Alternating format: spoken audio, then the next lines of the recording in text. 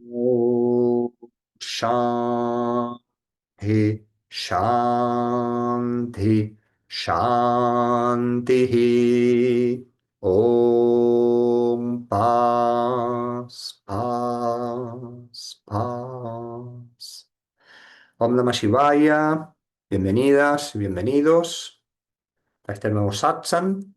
Hoy vamos a iniciar una serie de satsang, tres, este y dos más, preparándonos para un evento muy especial dentro de la tradición de la India y también de nuestro linaje Shivananda, que es el Krishna Jayanti, el nacimiento del Señor Krishna, que este año se celebra el 16 de agosto, ¿eh? Y después vamos a tener el Krishna Janmastami hacia finales de agosto, así que se nos viene un mes glorioso, como todos los meses, un mes donde podemos focalizar nuestras mentes en lo divino y siempre tenemos que buscar, bueno, buenos motivos para eso.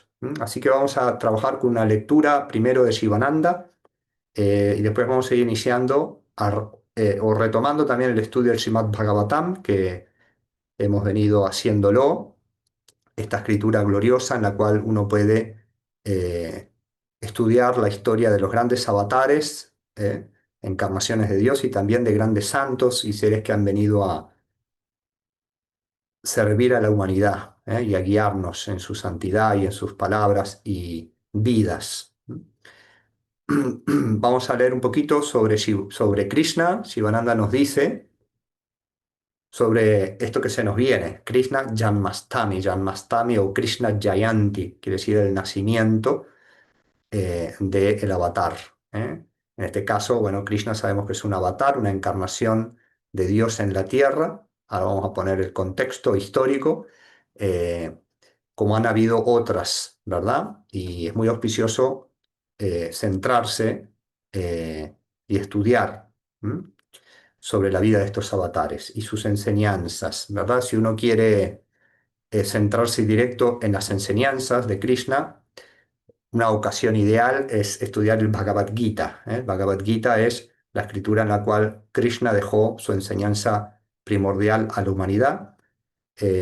Aprovecho ya a anunciar que vamos a iniciar justo en vísperas del Krishna Jayanti, el miércoles 13 de agosto, un estudio sintetizado de los 18 capítulos del Bhagavad Gita en 14 clases. ¿Eh? Es una muy buena oportunidad para aquellos que no tienen tiempo más largo. Por ejemplo, estamos dando el estudio del Bhagavad Gita verso a verso todos los lunes. Eso lleva casi 3 años, pero es una manera muy especial de hacerlo. Quien quiera focalizarse más y tenga más tiempo, y siempre se está a tiempo de ingresar. Pero si no, tienen esa disponibilidad, aprovechen esta oportunidad. El miércoles 13 de agosto empezamos el estudio del Bhagavad Gita, que es la enseñanza principal de Krishna, en 14 clases, 14 miércoles. Así que están a tiempo, pueden anotarse, e informarse. Entonces ahora nos va a decir Shivananda sobre Krishna. El Krishna Jayanti se celebra, es el cumpleaños del Señor Krishna, la octava encarnación de Dios. Esto es de acuerdo a la tradición de la India. Se dice que hubieron en realidad 9 principales avatares del Señor Vishnu, que están descritos justamente en el Srimad Bhagavatam. Avatar significa, Ava significa el descenso, Uttara significa ascenso. Avatara es la conjunción de Ava y de Uttara, que quiere decir el descenso de Dios para el ascenso del ser humano. Cada vez que los valores de la humanidad van decreciendo, que entramos en procesos de mucho caos, de mucho deterioro, como estamos ahora, por supuesto, eh, es el momento en el cual desciende un avatara, ¿no? Eh, y estamos esperando un décimo. En la tradición de la India, los principales avatares fueron cercanos, ¿verdad? O en forma humana, porque hubieron anteriores, esto ya lo estudiamos en el capítulo Avatara, que lo vimos de Senda Divina. Eh, el séptimo fue Rama, de los más cercanos a nosotros, digamos. El octavo fue Krishna. El noveno fue el Buda. Y estamos esperando un décimo avatar, que se llama el Kalki Avatar, que ya hemos hablado. Y dentro de la tradición de los yogis, también se reconoce al Cristo como un avatar, ¿no? También. Entonces, se dice que Krishna fue el octavo, la octava encarnación divina, y justamente el Krishna Jayanti cae el octavo día de la mitad oscura del mes Bhadrapada, que corresponde siempre entre agosto y septiembre. ¿Eh? Y esto es de acuerdo a la luna, ¿no? El octavo día de la mitad oscura, dice, es uno de los más importantes festivales hindúes. Krishna nació a la medianoche. Hay muchas similitudes, ya lo hemos estudiado también en satsang pasados, hace tiempo atrás, entre el nacimiento de Krishna y de Cristo. Ambos nacieron a la medianoche, hay muchísimas similitudes, ¿no?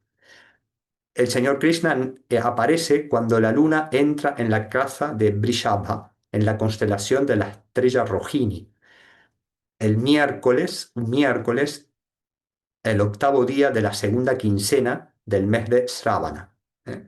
Por eso se considera los miércoles como un día especial para adorar a Krishna. Cualquier miércoles. Por eso hemos elegido también los miércoles para estudiar el Bhagavad Gita. ¿eh? Y eso es muy auspicioso. Entonces dice, el Señor aparece cuando la luna entra en la casa de Vrishabha en la constelación de la estrella Rohini, el miércoles, el octavo día de la segunda quincena del mes Ravana, que corresponde al mes de Bhadrapada Krishna Paksha. Estas son todas cosas más técnicas. ¿eh? Dice, en el año de Vishwasu, 5172 años atrás. Esto fue calculado por Shivananda en el año 1945, ¿verdad? Que está esta escritura. Si lo queremos traer ahora, se celebraría el 5252 aniversario de su nacimiento, ¿verdad? Y podemos decir que nació en el año 3227 antes de Cristo. ¿eh? Entonces dice Shivananda, estudia el Srimad Bhagavatam. Esto es lo que vamos a empezar a hacer en relación al nacimiento de Krishna y algunas historias. Srimad Bhagavatam, que es esta escritura tan gloriosa que ya hemos mencionado, ¿no? Estudia el Srimad Bhagavatam, que es lo mismo que estudiar las Upanishad. Tú conocerás todo acerca de la gloria del Señor Krishna, sus lilas son sus juegos divinos y hazañas sobrehumanas. El octavo avatar, Krishna, se ha transformado en el amado de la India, a lo largo de todo el mundo también. Tiene tres objetivos: destruir a los malvados demonios, externos e internos, encarnar el rol principal de la gran batalla en el campo de Kurukshetra, que ahí es donde enseña el Bhagavad Gita, esta escritura,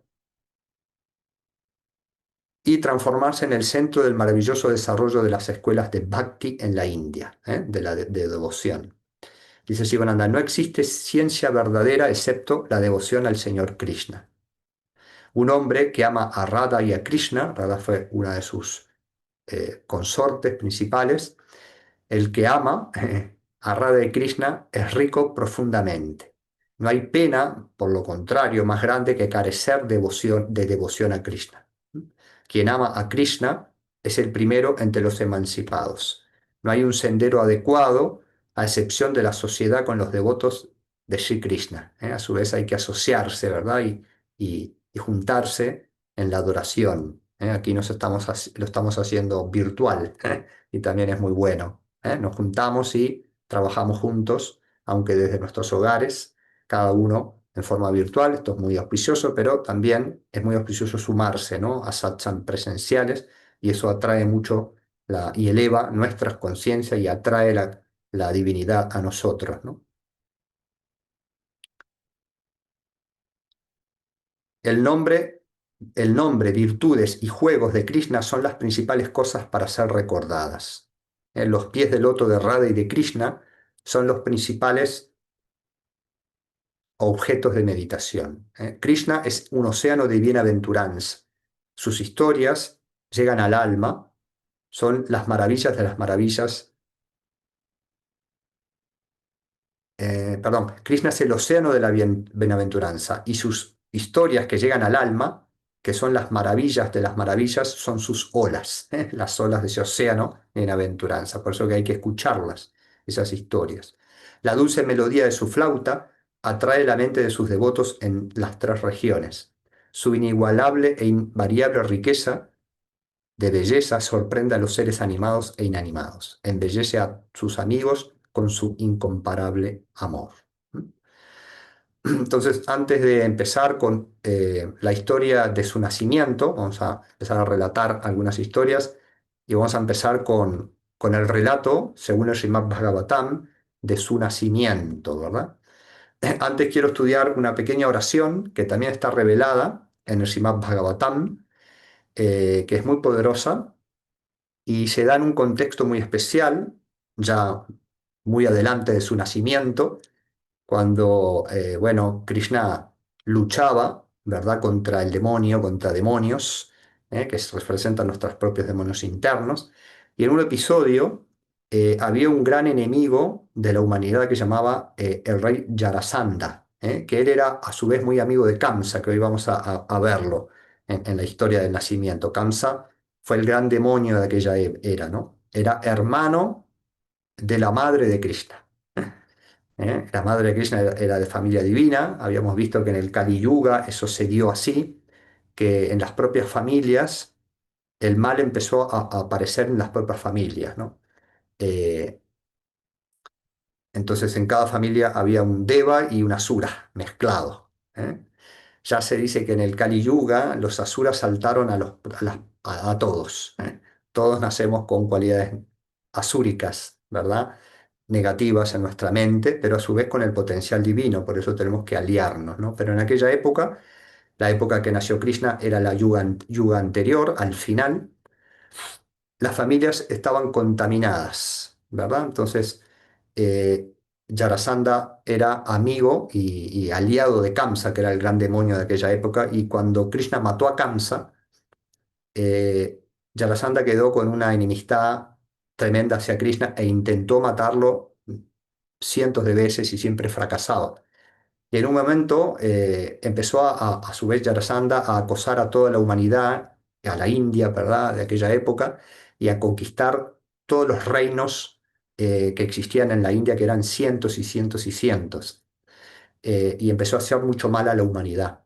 Y empezó a capturar a los reyes de las villas y de las localidades y logró conquistar a 20.800 reinos, porque estaba lleno de reinos esa época de la India, menores, y metió preso a esos reyes por años, los metió presos, les despojó todas sus riquezas.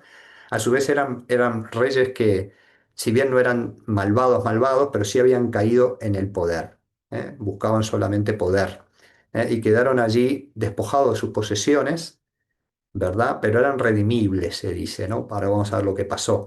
Y fueron encerrados por este mal, gran demonio Jarasandha, que los encerró por años, y ellos quedaron esclavizados allí y encarcelados en prisión.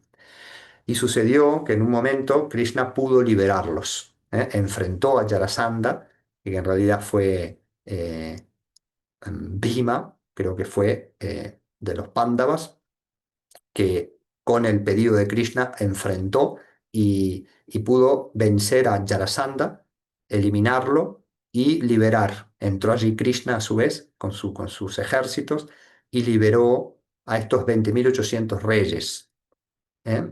Y les voy a leer un poquito de estos reyes, que rezaron en el momento que Krishna los liberó, ¿verdad? Y a su vez reconocieron su ceguera anterior, porque a su vez estaban cegados por el poder. Dice, anteriormente, esto rezan esto está en el Srimad Bhagavatam, ¿no? Estos reyes, 20.800, ¿no? Anteriormente, cegados por la embriaguez de las riquezas, queríamos conquistar la tierra, porque ellos a su vez también tenían ese deseo, ¿no? Y por lo tanto hemos luchado entre nosotros para lograr la victoria. Sin piedad acosamos a nuestros enemigos y súbditos. Por arrogancia te desatendimos, oh Señor. Le están hablando a Krishna, ¿no? Pero ahora, oh Krishna, esa poderosa forma tuya llamada tiempo, moviéndose misteriosamente e irresistiblemente, nos ha privado de nuestras opulencias, ¿no? Cuando fueron despojados por este Jarasandha, ¿no? Y todos conquistados y encarcelados en prisión. Ahora que has destruido, gracias a Dios, nuestro orgullo, nuestra soberbia, te pedimos simplemente recordar tus pies de loto. ¿eh? Esa pobreza o ese sufrimiento que tuvieron que sufrir, ese despojo, que a su vez fue causado por su propio engaño, ¿verdad? Se transforma ahora, una vez siendo liberados, porque Krishna los liberó, ¿verdad? En ese pedido de recuerdo de Dios únicamente. Muy simbólico todo esto, ¿verdad? De alguna manera, en algún momento de nuestras vidas, muchos de nosotros hemos estado engañados también por la Maya, buscando donde no había que buscar. Y el Señor siempre viene y nos libera. A su vez, nosotros tenemos que, como estos reyes, estar pidiendo constantemente el recuerdo de ellos, el recuerdo de Dios, ¿verdad? El recuerdo de Dios.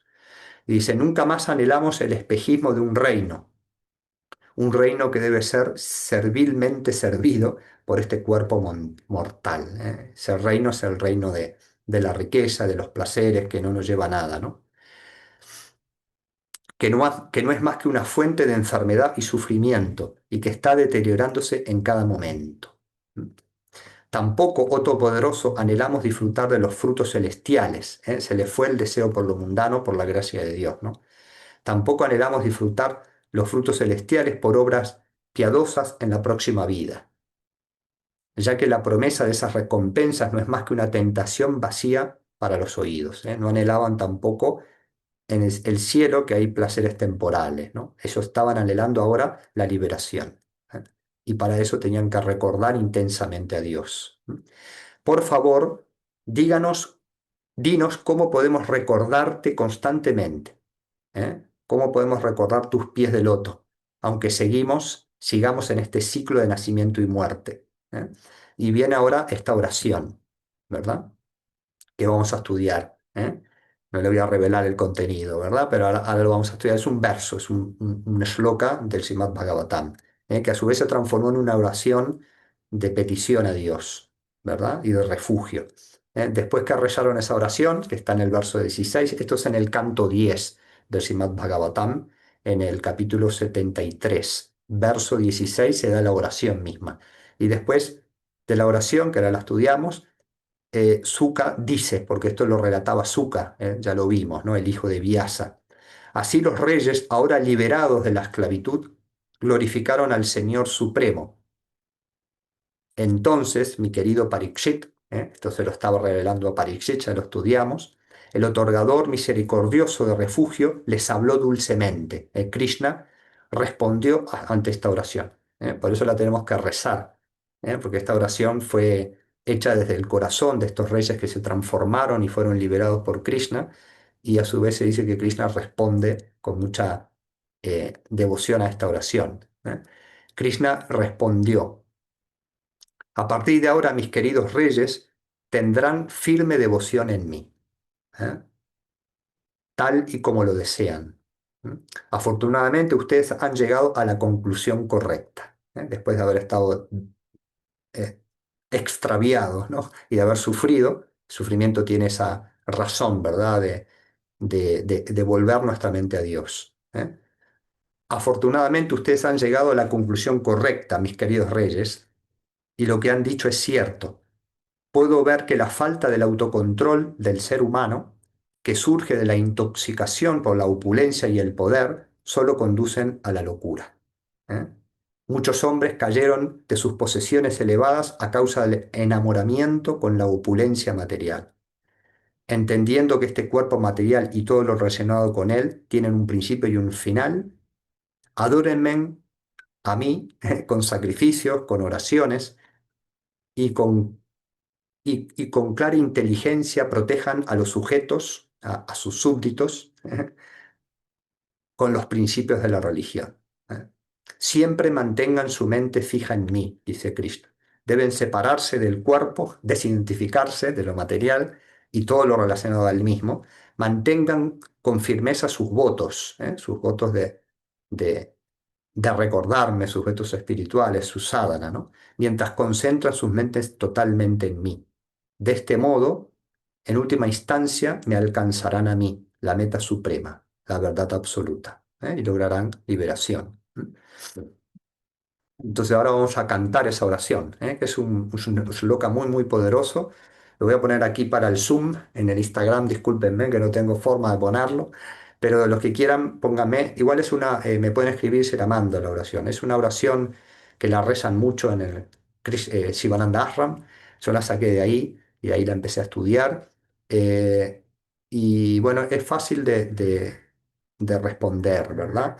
Y de memorizar incluso, porque menciona nombres de Krishna muy conocidos, ¿verdad? Y vamos a ver las claves de esta oración, que son muy poderosas. Ahí la voy a compartir.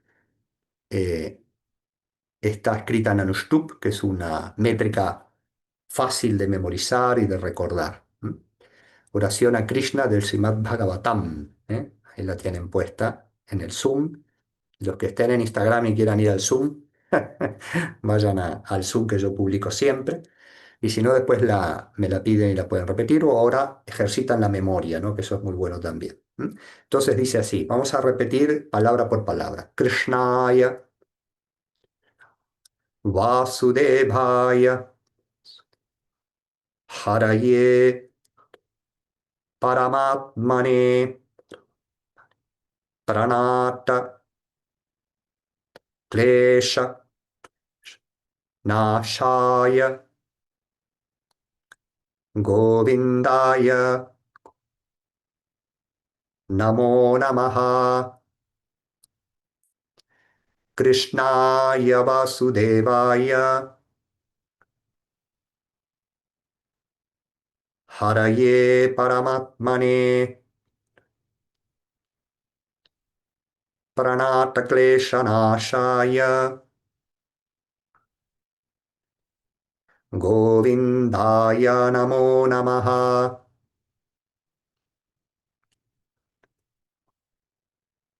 Krishnaya Vasudevaya, Haraye Paramatmane, Pranatakleshanashaya, Govindaya Namo Namaha.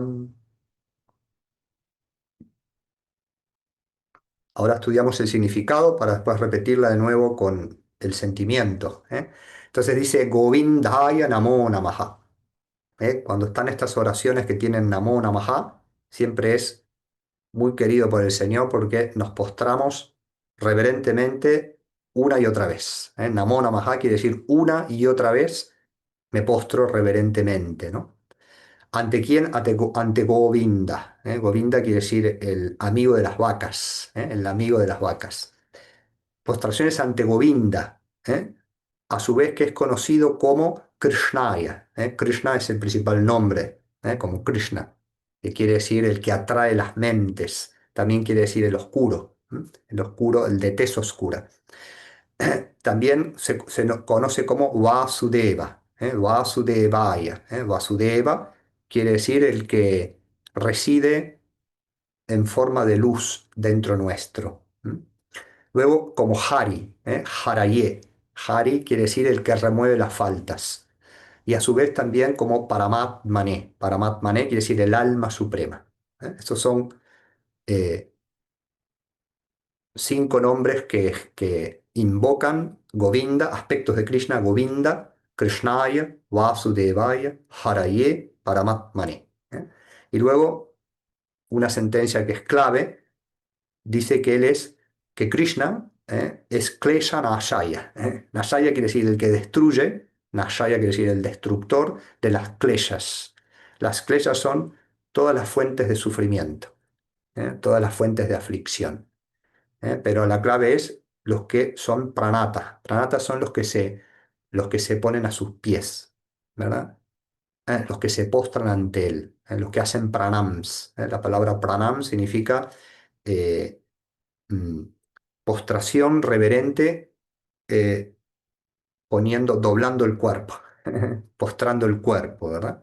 Los que hacen pranams, ¿verdad? Hacen pranata, bueno, obtienen las kleshanashayas, la destrucción de las kleshas del Señor. Entonces esto es lo que invoca esta oración, y podemos ahí también nosotros eh, colocar ante el Señor todas aquellas dificultades, penas, sufrimientos, por supuesto no solo los nuestros, sino también los de la humanidad. Entonces ahora vamos a responder eh, 3 veces cada línea y después vamos a repetirlo 3 veces juntos.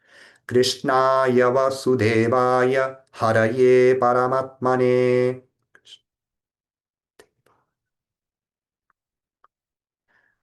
Krishnaya Vasudevaya Haraye Paramatmane.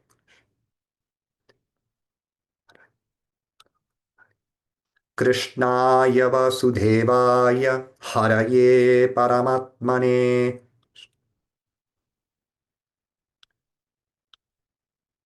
Pranatakleshanashaya Govindaya Namo Namaha.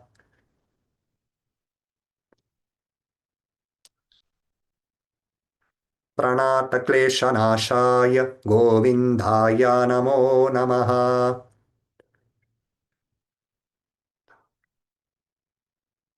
Pranatakleshanashaya Govindaya Namo Namaha.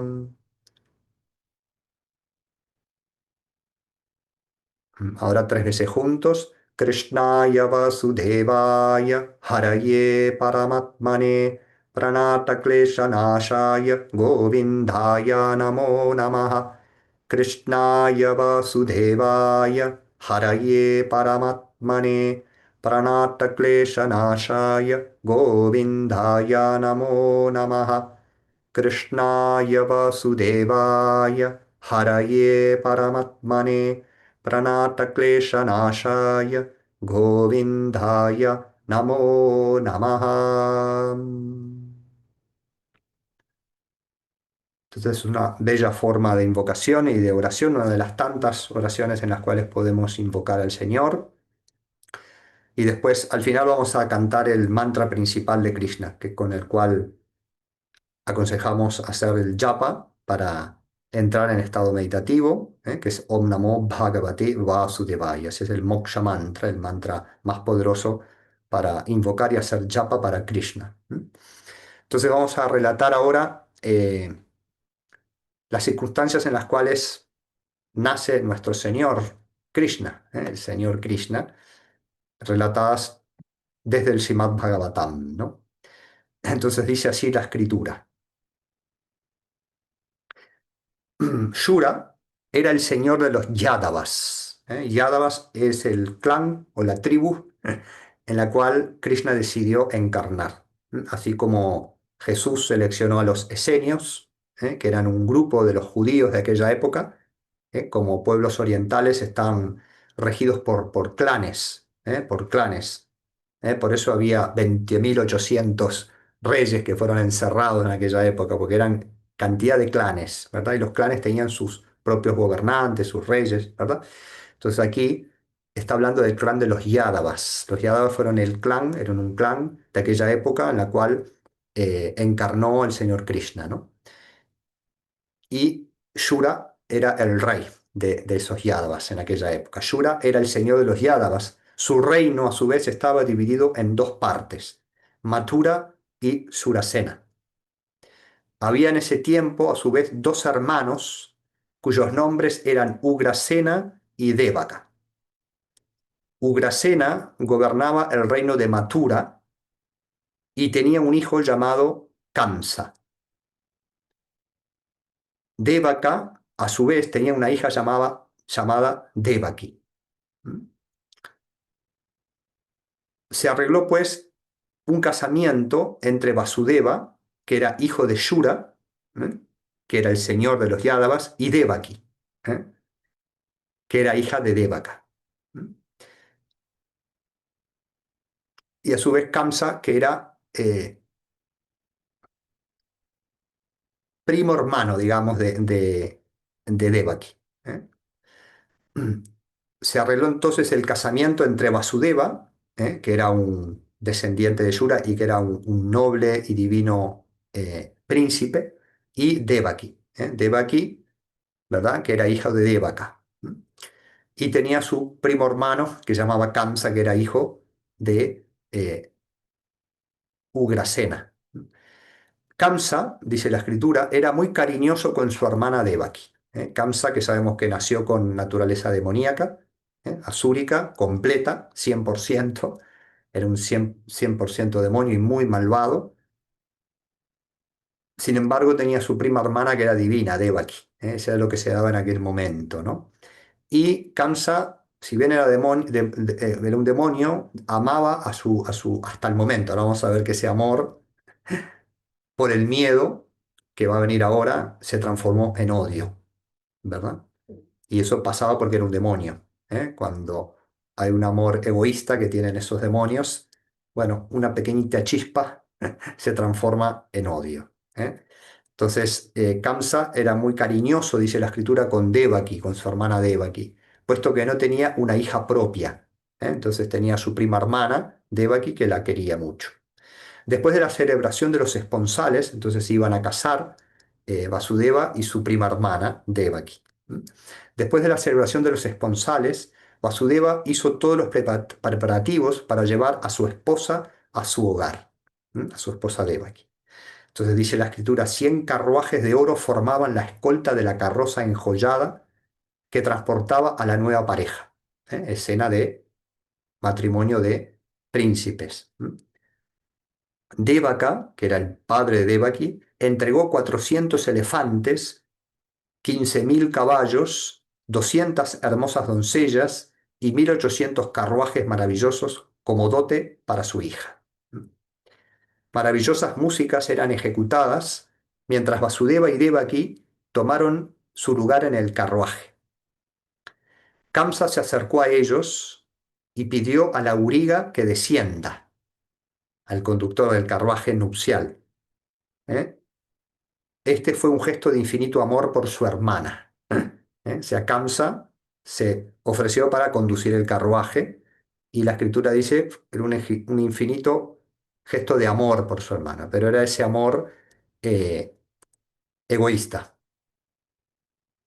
que vamos a ver ahora, y miedo se transforma en odio por su hermana. Ese amor que hasta el momento había, en unos segundos cambia por una feroz persecución a su prima hermana. Vamos a ver por qué. ¿Qué fue que generó eso? Kamsa había tomado gentilmente el látigo y lo dirigió suavemente sobre el anca de los caballos. Entonces súbitamente una voz proveniente del cielo. Esto sucedía en aquellas épocas, e incluso era bíblico, ¿no? Esa voz es la voz de Dios, que en la era anterior, incluso en las eras anteriores era mucho más común, en la medida que la mente está un poquito más purificada, se va escuchando más en forma pública y también obviamente interior. Ya esta era la tercer yuga, entonces ya había descendido bastante la humanidad, pero todavía se escuchaba, ¿no? Esa voz se llama Akasha Vani. Vani significa la voz del Akash, que es que proclama el Señor, que crea todo, ¿no? Entonces esa voz, que como decíamos también se ha escuchado en la Biblia, por ejemplo en el bautismo de Jesús apareció esa voz diciendo este es mi hijo, etcétera, ¿verdad? En la época de Moisés, en el relato de Moisés con la zarza ardiente, esa voz de Dios habló, ¿verdad? Y así en diferentes momentos. Y por supuesto se relata también en las historias de la India esta voz de Dios, que en muchos momentos se hacía pública y muchos la escuchaban, ¿no? Una voz proveniente del cielo hizo que la música se silenciara y todos los ojos observaban aquí y allá y por todos lados a fin de hallar el origen de esa voz. Esa voz dijo, tú, tonto, le dijo señalando a Kamsa, ¿no? Todos se dieron cuenta que se dirigía a Kamsa, ¿no? Y Kamsa también, ¿no? Era muy evidente que la voz se dirigía a Kamsa. Por un instante la voz hizo una pausa, como si estuviese esperando toda la atención de la multitud. Luego de un instante, continuó diciendo esa voz, tú, tonto, esa mujer que estás llevando junto a tu esposo será la causa de tu muerte, ya que el octavo hijo, nacido de ella, te matará. ¿eh? Entonces, ya ahí cuando Kamsa se le reveló esto, de que el hijo de su prima hermana, hasta el momento amada, lo iba a destruir, ¿eh? Esto es muy parecido al relato también de Herodes, ¿no?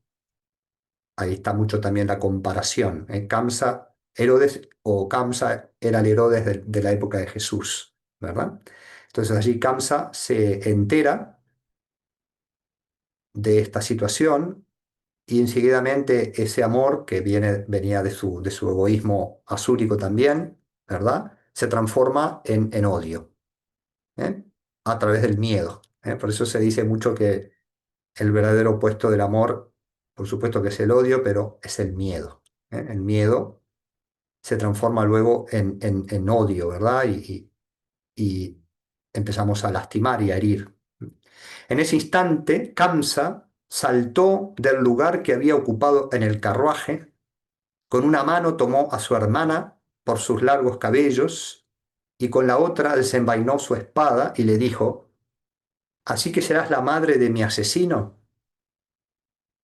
Ya veremos si esto ocurre. Hasta hace unos instantes estaba conduciendo con amor, ¿verdad? Por su hermana.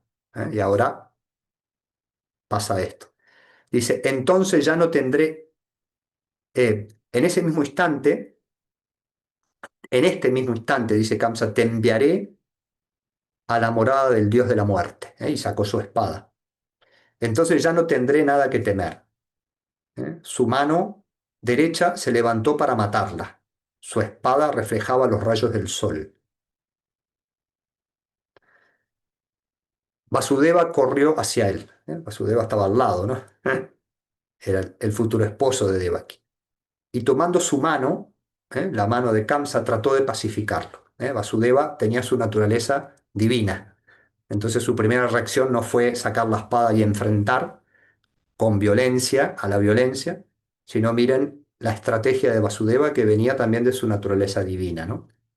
Trató de pacificarlo. Así le dijo, Kamsa, tú eres el vástago de una casa real muy honorable, la casa de Surasena. Eres un príncipe de mente noble. ¿Cómo vas a perder tu buen nombre matando a tu propia hermana, una indefensa mujer? Eres un hombre sabio, porque eran instruidos también, incluso los demonios. Deberías saber que la muerte nace en el mismo instante en que nace un pequeño. ¿Eh? Quiere decir, en la medida que nacemos, es lo único seguro que ese cuerpo que nace va a tener que dejar este plano. Y ya empieza a correr el reloj del tiempo y Yama, que es el dios de la muerte, ya nos está persiguiendo. De la muerte de lo físico, ¿no? Sabemos que la muerte no existe, pero sí para lo físico. Entonces le dice eso, en la medida que nace un cuerpo, ¿verdad? La muerte de ese cuerpo nace al instante, que nace un pequeño, dice. Cuando un hombre, como te digo, nace, hay algo que es absolutamente seguro. Ese hombre algún día tendrá que dejar ese cuerpo. Ello puede suceder en cualquier momento. Puede dejar el cuerpo hoy o puede hacerlo dentro de 100 años a partir de ahora. El Atman en él lo lleva a otro cuerpo y lo libera de este. El Atman es el que desencarna. En realidad lo que desencarga es el alma individual, ¿no? Pero lo que está diciendo es que no hay muerte física, sino transmigración, ¿no? La persona que está encarnada sale. El Atman en él lo lleva a otro cuerpo y lo libera de este. Así como un hombre que camina por una avenida poniendo un pie después de otro, del mismo modo un hombre toma un cuerpo después de otro en una interminable cadena de nacimientos y muertes. Es como un gusano trepando por una hoja de pasto. Primero se afirma en uno de sus extremos para luego soltarse y tomarse del otro y así sucesivamente. Transmigración de las almas. ¿eh? Lo que llamamos reencarnación. En un hombre, la muerte y el nacimiento se hallarán siempre unidos. Lo que está diciendo que, bueno, no hay muerte sino transmigración. Y hay muerte para lo físico. Cuando un hombre nace, un hecho es absolutamente seguro y esto es el que va a dejar este cuerpo. La muerte es la mayor seguridad. Lo único que varía es el momento en el que llega. El dejín, que quiere decir el que habita este deja en sánscrito significa cuerpo físico, que se está consumiendo en la medida que ya nace. Deja en sánscrito significa lo que se está consumiendo. ¿eh? Por eso nos hacemos esta pregunta, ¿quién deja el deja? El dejín. El dejín es el habitante, ¿no? El dejín, es decir, el alma individual habita el cuerpo, perdón, el dejín, a su vez el atman que habita el cuerpo es inmortal. El dejín, gobernado como se halla por las acciones que ha realizado durante su vida, seguramente en el próximo nacimiento asumirá una forma, un cuerpo y un nombre que será acorde con las acciones y los frutos que esas acciones produjeron. Cuando el Lejín abandona el cuerpo, ya ha sido decidido qué tipo de vida llevará en el futuro. La muerte no es sino un estado intermedio entre dos nacimientos. Vamos a quedar aquí porque Vasudeva sigue con conocimiento. Ante ese momento tan difícil, en vez de sacar la espada de la muerte, Vasudeva para confrontar a quien iba a dañar a su esposa sacó la espada del conocimiento. ¿eh? Vamos a hacer unos segunditos de silencio, cerrar nuestros ojos.